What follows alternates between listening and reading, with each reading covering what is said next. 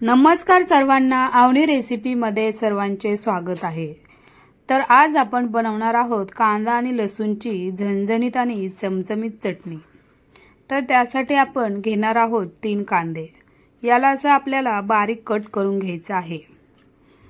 हे सर्व कांद्याला आपल्याला बारीक बारीक कट करून घ्यायचं आहे। ही झणझणीत आणि चमचमीत चटणी एकदम खायला मस्त लागते। तुम्ही भाकरी सोबत, चपाती बरोबर, भाता बरोबरही खाऊ शकता। तुमच्या तोंडाला चव नसेल तर ही चटणी एकदा नक्की करून बघा। तुम्ही एक भाकर खायची तर तुम्ही 2 भाकरी खाल, एवढी छान लागते। तर तुम्ही एकदा नक्की ट्राय करून बघा। आपले कांदे हे कट करून झालेले आहेत। आता थोडीशी कोथिंबीरही कट करून घेऊया। यालाही असंच बारीक कट करून घ्यायचं आहे आपल्याला। आपली कोथिंबीर कट करून झालेली आहे। आता खलबत्त्यामध्ये आपण हे लसूण घेऊया। लसूण हा थोडासा जास्तच घेऊया आणि याला असं कुटून घेऊया। थोडंसं जाडसर आपल्याला हे कुटून घ्यायचं आहे। तुम्ही बघू शकता या प्रकारे। आता आपण कढाईमध्ये तेल टाकूया। तेल हे थोडंसं गरम झालं की फोडणीसाठी यामध्ये मोहरी टाकूया। मोहरी थोडीशी तडतडली की यामध्ये आपण जिरे टाकूया। आता जिरे टाकून घेऊया। जिरे हे आपले हे थोडे तडतडले। आता यामध्ये आपण लसूण टाकूया आणि याला थोडंसं हलवून घेऊया। आपला लसूण हा तळलेला आहे। यामध्ये आता हा आपण बारीक कट केलेला कांदा टाकून घेऊया। कांदा टाकून झालेला आहे। आता याला आपण हलवून घेऊया। याला सारखं आपल्याला हलवत राहायचं आहे। 3-4 मिनिटभर लागतील ह्याला कलर चेंज व्हायला। तर तुम्ही बघू शकता आता याचा कलर हा चेंज झालेला आहे। आता यामध्ये चवीनुसार मीठ टाकूया आणि याला व्यवस्थित असं हलवून घेऊया।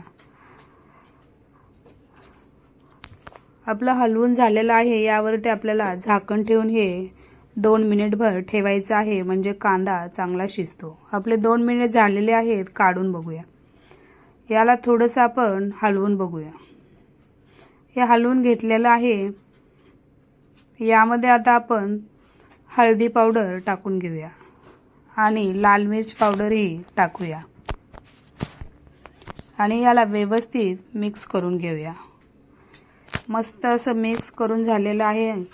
कलरही मस्त दिसत आहे।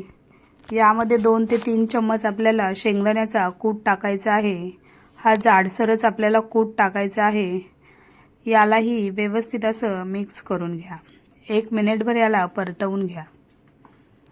आता यामध्ये आपल्याला थोडंसं पाणी टाकून मिक्स करून घ्यायचं आहे आणि यावर आपल्याला झाकण ठेवून हे 2-3 मिनिटभर आपल्याला शिजून घ्यायचं आहे।